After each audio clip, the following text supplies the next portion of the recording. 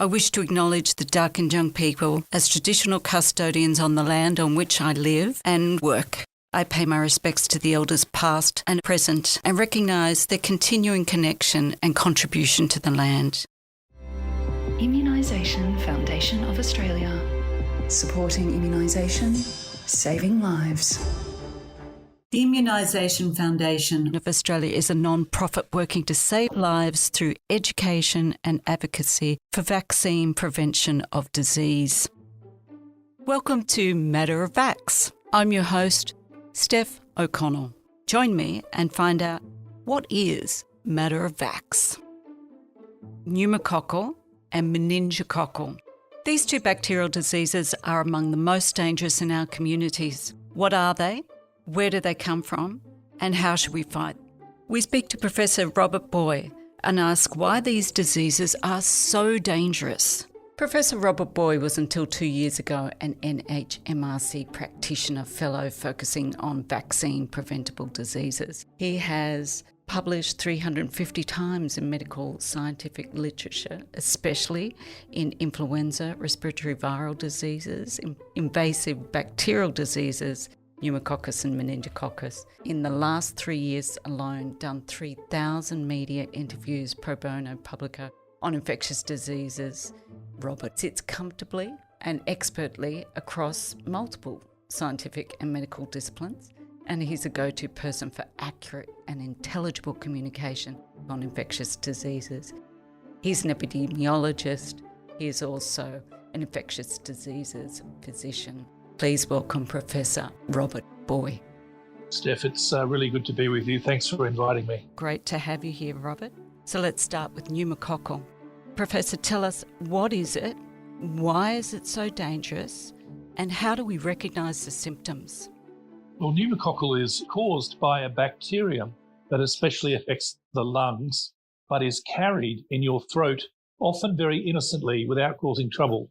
It can cause simple infections, but what we really worry about is when it invades from a commensal, a colonist in the throat, into the bloodstream, and it can cause a number of nasty things, pneumonia, but also meningitis and also septicemia, infect blood. All of them are dangerous. They can put you definitely into hospital and may also be deadly.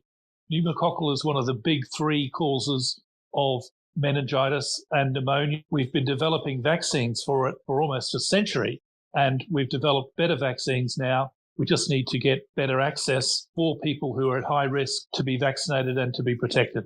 Vaccination is a big key to controlling this in the community. How does it work, and who should be vaccinated? Vaccination has been around for a couple of centuries now. It simply comes from the word vaccae in Latin, which means cow, because they developed from cowpox a vaccine against smallpox. How it works is that you get a little bit of a foreign germ, perhaps something from its coating, its capsule. You purify that, and then you make it into a vaccine which stimulates the immune system, sometimes by combining it with a protein which improves its immunogenicity. It means that humans can make better and more protective antibodies, even better than they can make themselves. And that's why we can vaccinate children from 2 months of age against pneumococcal disease and get strong protection, even though natural immunity wouldn't protect. And it aims to prevent disease before it ever happens. You're a passionate advocate for meningococcal. You've been a driving force for 30 years on the subject, and tragically every year it still hits the headlines. It's fast moving, and if you suspect that someone has it, you must act fast. Why is it so dangerous? And importantly, how do we recognise it? Meningococcal disease is caused by a germ, a bacterium, that often sits quietly in the throat of the colonist. But when it invades, it can be really nasty. It can lead to blood poisoning. It can lead to meningitis. Meningococcal disease can be so rapid. You can go from being well at breakfast and almost dead by dinner. It's seriously that fast. I've been involved in the clinical care of hundreds of children with this disease, and it's amazing how rapidly it can evolve. You can get gangrene of the hands and feet in some cases. You can get a severe meningitis that can lead to rapid death. It really is important to recognise it in its early stages so you can treat it, but even more important to prevent it. There are a number of vaccines against meningococcal disease. We have a routine one which protects against 4 different types. They're called serogroups A, C, Y, W.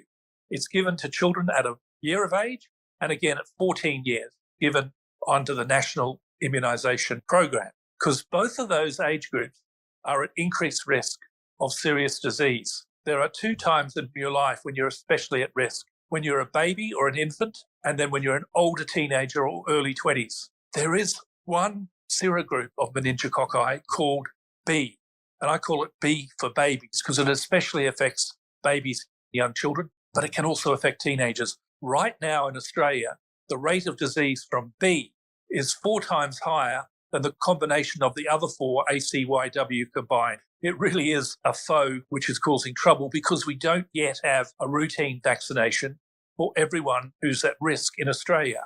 We do, however, implement the B vaccine for Indigenous infants and teenagers. They are being vaccinated routinely and for free, and that's a real advance which started 2 years ago. It just so happens that meningococcal B vaccination is recommended for all infants and children, but the government hasn't funded it for all. It's only funding it for children who are from an Indigenous background. If we are to properly control meningococcal B, we'd need a routine vaccination against it from 2 months of age for all infants. So do you think we're doing enough with vaccination for meningococcal, Professor? Meningococcal disease would only be controlled when we have routine vaccination for all children, but also for older teenagers. So were we to have routine paid-for vaccination under the immunisation program nationally, we would get better control of a disease that we know how to control safely. We just need to implement a vaccine. B vaccination, where do you get it if it's not routinely given by the government through the National Immunisation Program? Where are we getting it and what should we expect? Well, GPs are a great source of information. If a GP recommends vaccination to a family, they usually accept that. They want that, in fact. They want to know what their GP advises. GPs are a source not only of information, but also of application. That is to say, you can get a vaccine from them. If you don't get the vaccine from them, you can get a script, collect it from a pharmacy and bring it back to the GP and get immunised. It's a discussion that parents should have with the GP to better understand and be aware of the different types of meningococcal that ACYW is routinely protected against with vaccines, but not yet B. Only South Australia in Australia routinely vaccinates infants against B. That's proving successful, and maybe the rest of Australia will follow suit.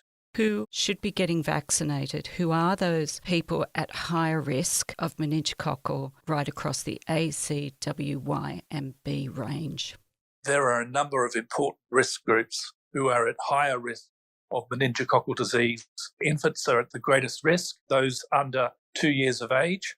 People who do not have a spleen. Your spleen is very important in protecting you against meningococcal disease.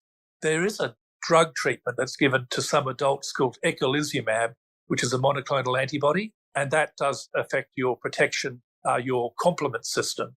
And while I'm on the subject of complement, some people are born with a defect in their immune system of complement. Complement is really important in fighting meninge. If you have a defect, you're at much higher risk. So those people too should be vaccinated. A couple of other risk groups, if you work in a laboratory, if you have HIV/AIDS, if you have general immunosuppression, may increase your risk of meningococcal too. Also, teenagers between 15 and 19 and even young adults in their early 20s would benefit from protection and prevention. It's up to you. Great to have you here today, Professor. You've been passionate about these subjects for 30 years and I think Australia needs to say a big thanks. Well, it's important. Meningitis is something that doctors fear, which now can be largely prevented. We just have to do it. Yeah, thanks very much. If you've enjoyed Matter of Vax, please subscribe and share with your friends. You can also follow us on Spotify or wherever you listen to podcasts. For more Matter of Vax podcast and video education on this and other vaccine-preventable diseases, visit www.ifa.org.au.